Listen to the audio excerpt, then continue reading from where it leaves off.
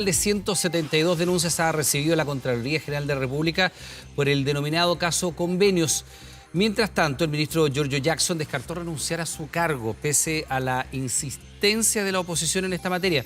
Queremos hablar de este y otros temas, como por ejemplo la acusación constitucional contra el ministro Ávila. Estamos a esta hora de la tarde junto al senador socialista José Miguel Insulza, a quien saludamos y le damos las gracias por recibir este contacto. Senador, ¿cómo le va? Primero que nada, buenas tardes. ¿Qué tal, Iván? ¿Cómo está usted? Bien, pues, senador, atento a lo que nos pueda, igualmente, atento a lo que nos pueda decir a propósito de las observaciones que hace precisamente el Contralor a propósito de medidas que se podrían tomar en lo inmediato, medidas que serían un poquito más de largo plazo y también, por supuesto, esto que son 172 denuncias a lo largo de todo el país. Bueno, hay que hacer todas las cosas que se están proponiendo ahora. Hay tres cuestiones que hacer. Primero, que no hay que investigar bien todo lo que ocurrió, por cierto. No estoy diciéndolo en un orden preciso, ¿eh? Hay 170 y tantas denuncias, sí. Deben haber más todavía probablemente. Muchas seguramente no serán fundadas, serán ONGs que rindieron adecuadamente cuenta, etcétera, pero seguramente se van a encontrar muchos casos completamente irregulares. Lo segundo que hay que hacer es una política más permanente en materia de las relaciones entre esta sociedad civil, las organizaciones no gubernamentales, para la realización de proyectos de programa de gobierno, por así decirlo. O sea, tareas que debería cumplir el Ejecutivo, pero naturalmente sería demasiado costoso y para eso transfiere recursos a organizaciones no gubernamentales, pero si eso va a salir más caro y además va a ser menos productivo, no cabe duda que cae revisar mucho eso, ¿no? Y tercero, creo que está cerca de la ley de presupuesto y ahí hay una cantidad de glosas en el presupuesto. Las glosas son la letra chica del presupuesto, sí, donde se meten los goles generalmente, y de alguna manera algo que era muy estricto en el gasto del Fondo Nacional de Desarrollo Regional, y de los Fondos de Desarrollo Municipal, que era que esto se dedicaba a proyectos propiamente de desarrollo, como dijo algún director de presupuesto, cemento y clavos, ¿no? Es lo que hay que usar en esto. Se han desviado hacia otros fondos, se han ido poniendo glosas que permiten que lo realicen organizaciones no gubernamentales poco capacitadas y que se gasten en proyectos que tienen muy poco efecto sobre la ciudadanía. Ahora, senador, esas cosas tenemos que cambiar. En el segundo punto que usted menciona, que es cómo se vinculan precisamente estas organizaciones de la sociedad civil con el Estado y cómo reciben los recursos, usted dice hacer algunas modificaciones para tener un cierto marco regulatorio. ¿Hay algunas, por ejemplo, que se le ocurran a usted? No tengo idea. Antigüedad de la institución, trazabilidad del trabajo, conocimiento del territorio, que no tengan vinculación, por ejemplo, sí, de conexión política, familiares, parentesco o algún lazo de esas características con quien le hace la asignación de recursos. Mire, lo principal, yo diría, todas esas cosas son importantes, ¿eh? Lo principal, sin embargo, es que sea precisamente gente muy capacitada. O sea, si usted va a hacer un proyecto sobre educación, tiene que haber educadores en esa ONG, pues, y no ocurrir como ocurrió con alguna que estamos viendo por ahí, que se afilió, que se acogió a uno de estos recursos y que se obtenía nota 0 en la capacitación de los funcionarios que iban a hacer la selección de las propuestas, ¿no? Entonces, la verdad es que aquí ha habido mucha improvisación. Yo creo que es necesario, primero, antigüedad; segundo, calidad de la institución; tercero, garantías que da de un comportamiento adecuado; cuarto, la calidad del personal; quinto, que el costo del proyecto sea más barato que si lo hace el Estado, pues eso es fundamental.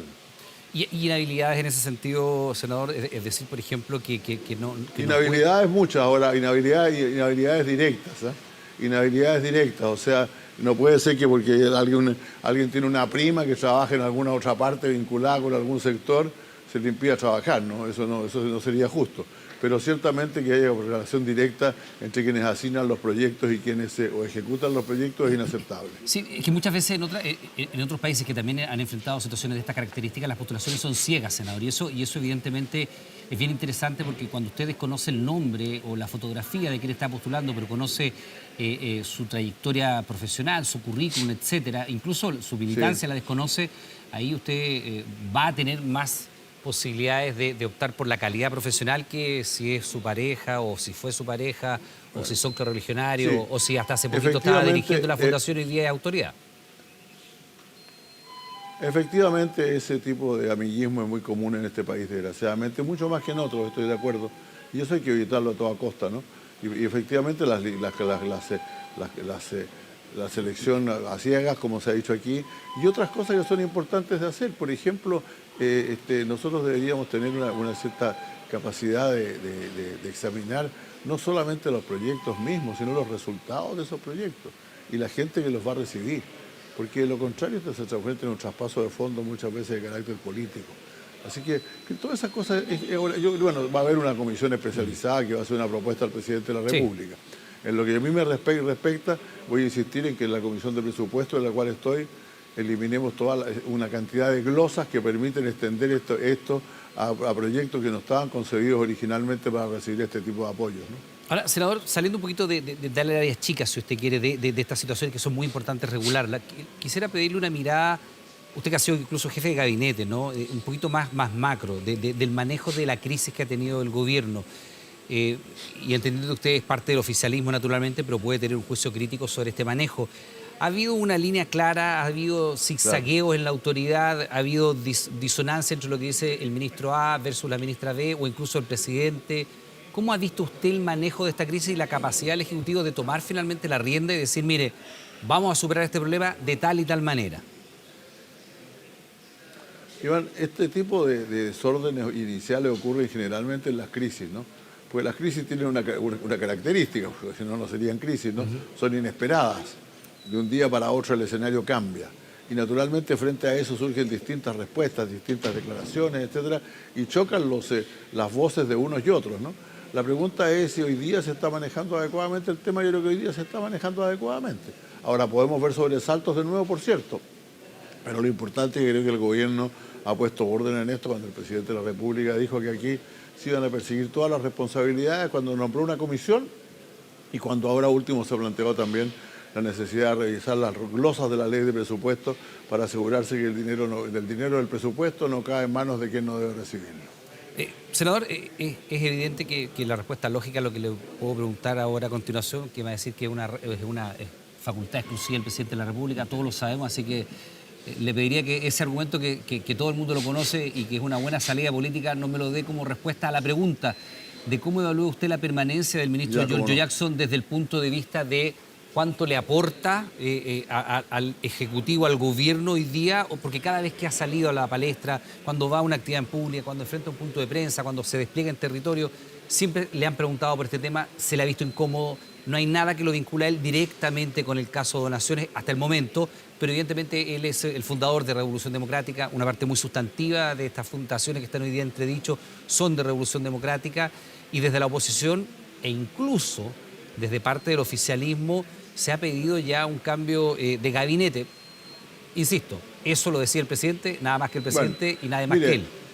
Pero usted puede dar un juicio político de aquello.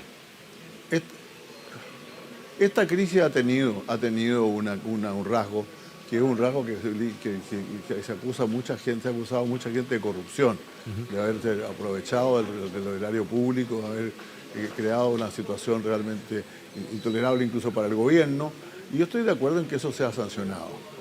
Pero sanciones políticas a estas alturas creo que sería equivocado, precisamente porque hay gente que efectivamente no está acusada de nada en concreto. Hay gente que está acusada y el hecho de que hoy día se hicieran cambios significaría reconocer o asignar a esa gente conductas irregulares que no han cometido. El ministro Jackson sí es uno de los fundadores de Revolución Democrática. El ministro Jackson, por cierto, conoce a mucha de la gente que está ahí. Está bien que sean investigadas cuáles son las actividades que realizó, pero en ningún caso sancionarlo a priori cuando no hay ninguna acusación concreta en contra de él. ¿Y los cambios de gabinete se producen solamente como sanción? Porque no hay que estar demasiado cerca de la responsabilidad penal con la responsabilidad política en este caso, y a mí no me parece justo eso. Ya, pero por eso le pregunto, o sea, es que los ajustes en los equipos de gobierno no siempre corresponden a una sanción.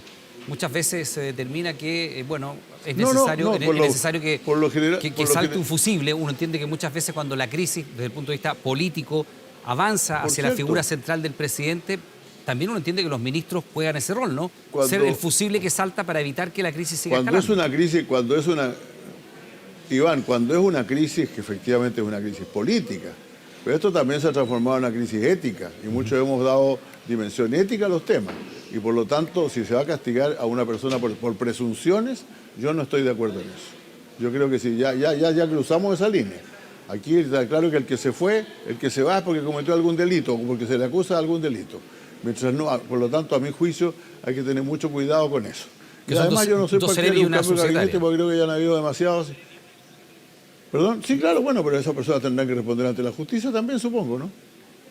Sí, claro. Espero yo. En caso de que el Ministerio Público Pero la pregunta es que bueno, perdón, ya ahí tenemos claro qué es lo que hizo, o que lo que se dice que hizo el Ceremi, que lo que se dice que hizo el subsecretario. No hay ninguna acusación sobre algo que hizo el ministro Jackson, ninguna. Ya. Y en ese sentido, ¿cómo Entonces evalúa a mí no me usted? parece justo, eso lo digo francamente. Perfecto. ¿Y cómo evalúa usted el papel que ha jugado el ministro Montes en esto que pasó desde considerarlo en función de la información que tenía, yo me imagino, ¿no? Que por eso también sale en ese sentido la subsecretaria, ¿no? Dice que esto es un error político y termina diciendo que esto es un caso de corrupción inaceptable y muy molesto se le ha visto porque ha tenido que de alguna manera, es correligionario suyo además, dar la cara por hechos que aparentemente uno estima que es así, pero estas verdades se establecen en tribunales, no en los medios, pero da la impresión de que a él lo toma por sorpresa y que él no estaba muy al tanto de lo que estaba ocurriendo en la cartera, en este área en lo particular, y se ha visto desde un ministro algo incómodo, diciendo esto es una falta de criterio político, hasta decir, ¿sabe qué? Estos son casos de corrupción que no podemos tolerar. Bueno, yo creo que el ministro Montes ha sido muy transparente en eso, efectivamente esto lo sorprendió. Y lo sorprendió además muy ingratamente porque es una persona que se ha dedicado toda su vida al trabajo con campamentos y con grupos vulnerables. Y además porque él tenía mucha gente joven y nueva trabajando en el Ministerio de la Vivienda en la cual confiaba. Y naturalmente algunas de esas personas traicionaron su confianza y él ha ido cambiando en ese sentido de criterio. Cuando un amigo comete una persona cercana comete una transgresión, uno generalmente espera a ver si es realmente cierto, si ha sido traicionado de esa manera o no. Yo creo que los tiempos del ministro Montes han sido los adecuados.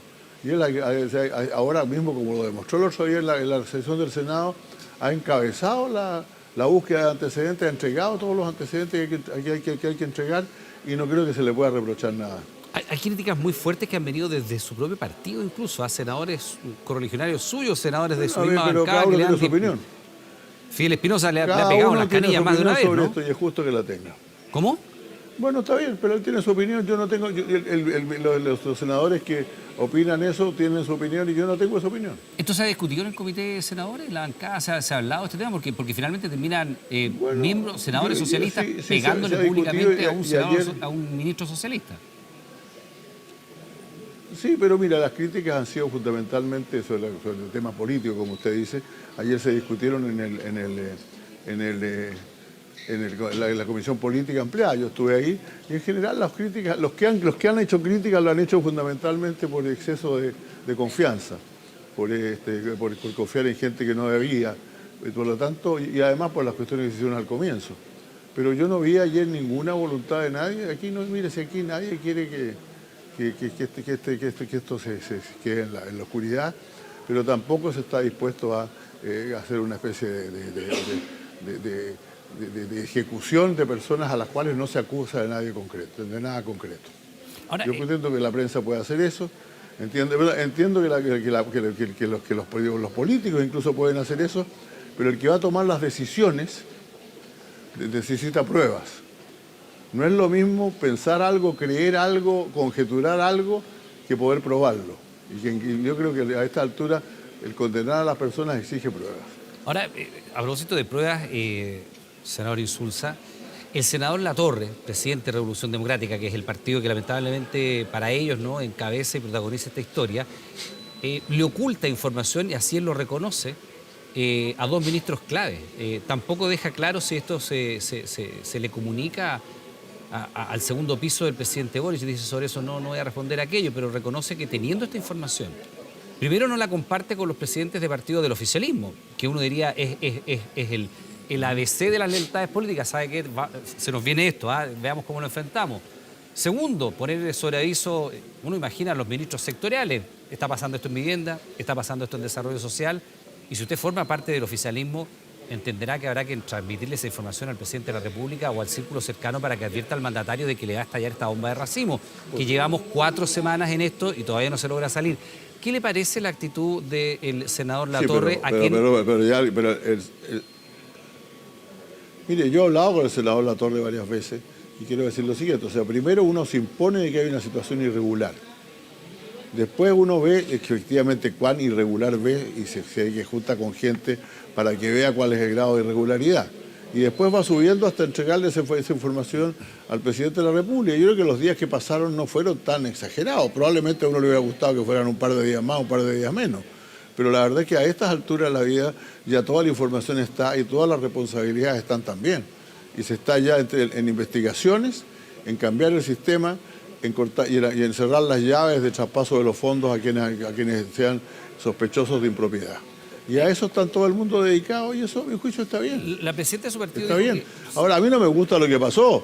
Hay mucha gente que tiene responsabilidades, pero esto no es lo mismo, es lo mismo que cuando uno va manejando un auto y le piden y tiene un accidente y le piden que responda como si el auto hubiera estado parado y la carretera hubiera estado vacía. Pues. No, estas decisiones se adoptaron en un momento de mucha zozobra, de muchos problemas, de muchas angustias, y por lo tanto hay que entender eso y evaluarlo en función de eso también. Sí, pero la presidenta de su partido considera que él ya no es un interlocutor válido y eso evidentemente es la voz oficial de su partido. Yo entiendo que usted puede tener una opinión distinta al respecto, pero bueno, cuando usted, como presidente de un partido, califica al presidente de un partido de su propio, de su cercanía, ¿no?, del oficialismo, como un interlocutor no válido, hay puentes que se cortaron allí, pues. Hay confianzas que se rompieron. Bueno, habría que preguntarle a ella, en realidad, cuando se salió la noticia en primera plana de que Juan Ignacio Latorre había sabido esto 7 días, una semana antes. 10 días. Ahí ella reaccionó diciendo esto del interlocutor válido. Yo no lo he escuchado decirlo de nuevo. Lo dijo ayer acá pero en este mismo preguntarle de nuevo espacio. si lo considera válido o no. Senador, lo dijo en este mismo lo espacio. Dijo acá, entonces, bueno, yo la verdad es que, mire, la verdad es que yo creo que esa es la decisión de la presidenta de mi partido, que es la que toma ese tipo de decisiones, no tendrá interlocución con él, entonces. Pero la verdad es que si usted me pregunta a mí, yo considero que Latorre ha actuado de manera impropia. Yo por lo menos tengo mis dudas. Yo creo que probablemente puede haber demorado algo, ¿cierto? Puede haber demorado algo, puede haber estado un poco sobre confundido con lo que había pasado y tratando de buscar arreglar el problema de alguna manera. Esas son reacciones normales. O sea, usted tiene ahí un matiz. Normales en una situación de crisis como la que usted... Senador, usted tengo matices. Tiene un matiz, una diferencia, diría yo. No, pero es que mire, es que hay que ser muy claro. Yo anteayer, por ejemplo, antes de ayer, yo dije que ya era hora que Revolución Democrática aclarara si esto había sido un acuerdo interno o si había sido o no.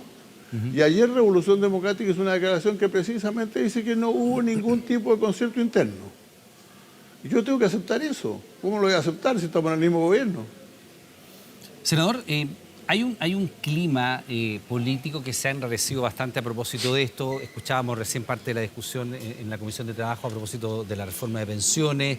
Está la acusación contra el ministro Ávila, que pasa a Cámara con un informe desfavorable. Y en ese contexto el lenguaje se ha ido encrispando. Pervertido, asqueroso y gordito. Es parte sin duda. Es parte de las declaraciones de una extensa intervención radial, que no es la primera que causa polémica, de la diputada Cordero en contra del ministro Ávila. Ese tipo de actuaciones, ¿cómo ve usted que ha ido de alguna manera degradándose, si usted quiere, la convivencia cívica entre los distintos actores políticos? Bueno, mira, no voy a referir a lo de la doctora Cordero porque en realidad creo que eso ayuda al ministro. O sea, cuando uno dice tanta salvajada en contra de una persona, muchas veces provoca simpatía en quienes antes no las tenían, ¿no? Y la verdad es que ella se ha conducido de una manera absolutamente, bueno, como ella acostumbra hacerlo. Así que no voy a referir a eso. Pero yo creo que estas cosas sí provocan tensiones y disgustos y las cosas no son iguales que antes. Si las heridas quedan, las huellas quedan, sí, todo ese tipo de problemas y se demoran en repararse, no cabe ninguna duda. Pero, repito, dejemos de lado a la doctora Cordero, de la cual es de esperar eso y mucho más, ¿no? Y sobre eso, la crispación política, evidentemente, ¿usted coincide en que hay un cierto bueno, deterioro? Eso no, digo, el cuadro político está confuso, está complicado, no cabe ninguna duda, hay un deterioro va a haber, pues, y cuando hay crisis se quiebran vasos, se quiebran vidrios y por lo tanto se demoran en repararse, pues, se demoran un poco en repararse. Y en ese no sentido, es que yo sé que es complicado para usted, senador, referirse al fondo, porque efectivamente si llegase a pasar la barrera de la Cámara, el Senado es árbitro y usted puede quedar inhabilitado. Si opina sobre el fondo de la acusación. es obvio, ¿no? Por lo mismo, claro, por lo mismo. Por lo mismo no le quiero preguntar sobre el fondo, pero hay un tema que ronda la acusación y que tiene que ver con si esta tiene fundamento constitucional o es más bien una cosa homofóbica. Ayer hubo intervenciones bien complejas al respecto, que cuestionaban el ámbito de la sexualidad del ministro y si esto efectivamente traspasaba lo público y ya era de interés, o sea, traspasaba lo privado y era de interés público. Marcela Aranda, concretamente, que va invitada por un parlamentario. Bueno, usted lo ha dicho, efectivamente, y para ser bien preciso, las causales de la acusación constitucional son muy claras. Faltar a la Constitución, faltar a la ley, dejar leyes sin aplicar o cometer delitos de cohecho y otro por el estilo económico, ¿no? No está en ninguna parte de las causales de una acusación constitucional las opciones de género de la persona, en ninguna parte. Por lo tanto, yo voy a juzgar la acusación si llegara acá, en función de exactamente lo que dice la Constitución. Bien, pues, senador José Miguel Insulza, como siempre, le damos las gracias por tomarse estos minutos para conversar con nosotros, analizar un poquitito lo que está ocurriendo en el escenario. Que tenga una buena jornada y estamos en contacto permanente. Siempre un gusto, Iván. Muchas gracias. Que esté muy bien, gracias.